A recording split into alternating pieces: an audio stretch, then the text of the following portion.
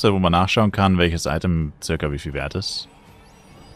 Nein. Darüber haben wir schon oft geredet. Das Problem ist halt, dass sich die Preise immer ändern. Nichts hat ja einen festen Wert, weil der Wert ja von den Spielern bestimmt wird. Und wenn es so eine Website gäbe, könnte man die Preise halt easy manipulieren. Naja gut, easy. Kommt drauf an, welches Item. Aber mal angenommen, du craftest heute 10 Bloody Bows und es gibt gerade nur einen. Dann hast du 10 Bloody Bows.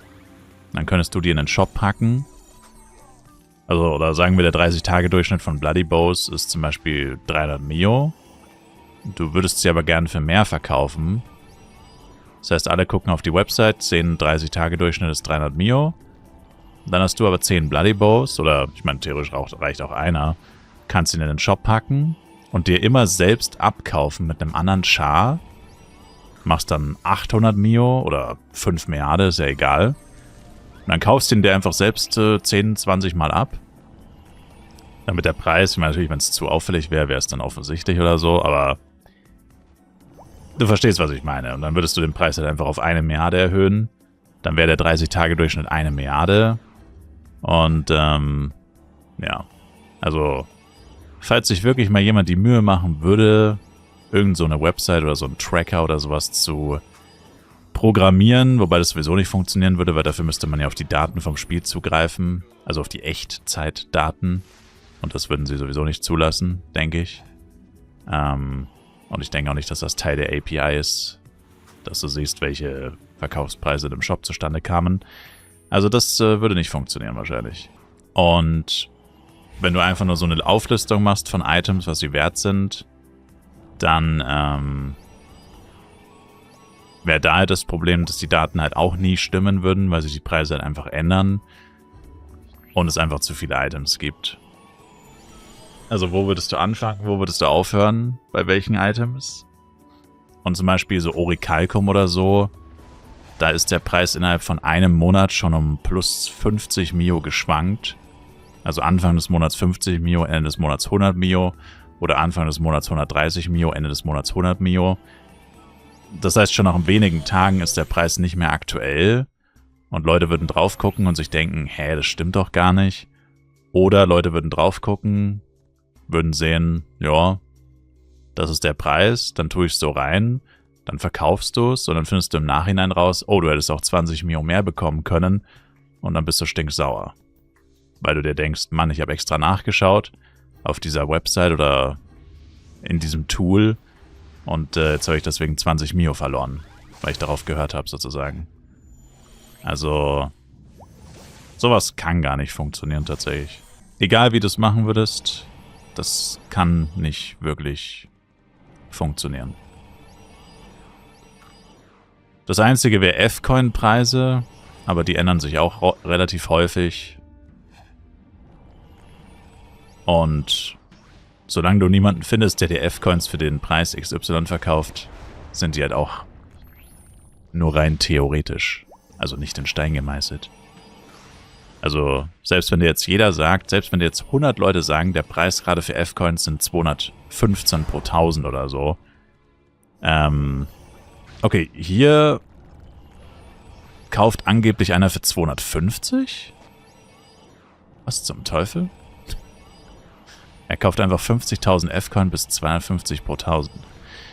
Ja, aber selbst wenn jetzt 100 Leute sagen, 250 zum Beispiel. Ja, 250 ist ein schlechtes Beispiel, das ist ziemlich teuer. Also ich glaube schon, dass man auch noch welche für weniger finden kann, theoretisch. Aber ist ja egal. Jemand sagt dir irgendeinen Preis und dann spielt das ja trotzdem keine Rolle, weil solange du niemanden findest, der für diesen Preis auch verkaufen will, ist das halt nur der theoretische Preis, den die Leute halt sagen. Und das bringt dir eigentlich auch nicht wirklich was. Weil es war in der Vergangenheit auch schon oft so, dass Leute sagen, oh, ich kaufe F-Coins nie für mehr als beliebigen Preis einfügen. Und realistisch ist aber, dass das halt einfach viel teurer ist, weil wenn du den ganzen Tag suchst oder den ganzen Tag schautest und so, dann findest du natürlich immer mal wieder jemanden, der günstig verkauft. Aber es ist ja nicht jeder so, dass er den ganzen Tag suchen will. Manche Leute haben es ja auch eilig oder manche Leute wollen halt einfach irgendwas machen und haben keinen Bock, dann den ganzen Tag zu suchen oder ein ganzes Wochenende oder so. Da fehlt dann halt einfach auch die Geduld. Und dann ist es halt schön und gut, dass theoretisch so ein Preis möglich ist. Aber praktisch ist es halt einfach unwahrscheinlich oder unrealistisch, dass du wirklich für diesen Preis auch was bekommst. Wenn du sie wirklich sofort haben willst, musst du dann in der Regel auch mehr zahlen oder so. Also das ist bei Fly ganz schwierig, so mit Preisen. Preisguide oder so ist immer ganz schwierig, weil es einfach super schnell nicht mehr aktuell ist. Am sichersten ist es, du nutzt einfach Menü unten links, gehst dann auf Search Shop, suchst nach dem Item, das du willst und hoffst einfach drauf, dass es tatsächlich aktuell von irgendjemandem verkauft wird.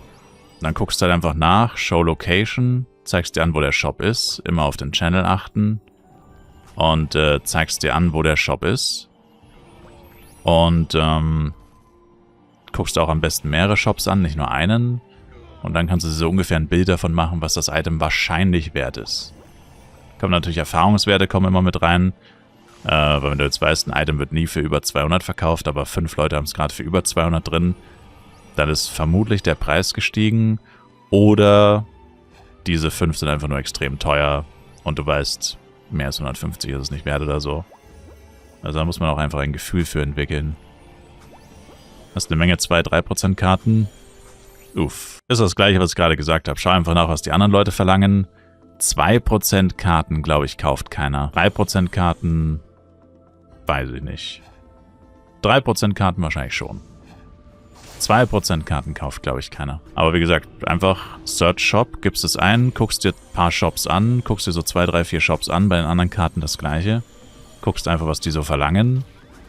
Und dann grundsätzlich solltest du dich immer am unteren Ende orientieren. Also wenn du jetzt 5 Shops hast und die verlangen alle 500k zum Beispiel, dann würde ich halt 450k machen. Weil es bringt ja nichts, wenn da schon 5 Shops stehen für 500k und du bist dann der Sechste, der sich hinstellt für 500k. Warum sollte jemand ausgerechnet deine Karten kaufen, wenn du nicht günstiger bist als die anderen? Das macht man eigentlich nur dann, wenn man sehr viel von etwas hat, dass du sagst, ich habe so viel davon oder ich habe das meiste davon, die kommen schon. Wenn du es nicht eilig hast, etwas zu verkaufen, kannst du es machen. Und theoretisch könntest du es auch machen, wenn du halt einen Shop-Vendor hast, zum Beispiel so einen 30-Tage-Vendor oder so, oder du hast den Battle Pass, also du kannst deinen Shop quasi 24/7 stehen lassen, ohne Kosten vielleicht sogar, ohne zusätzliche, dann kann man es auch machen. Aber das ist dann eigentlich fast das gleiche wie mit dem, du hast es einfach nicht eilig mit dem Verkaufen. So oder so auf jeden Fall ist es immer besser, man orientiert sich eher unten. Oder macht es auf jeden Fall nicht unbedingt teurer.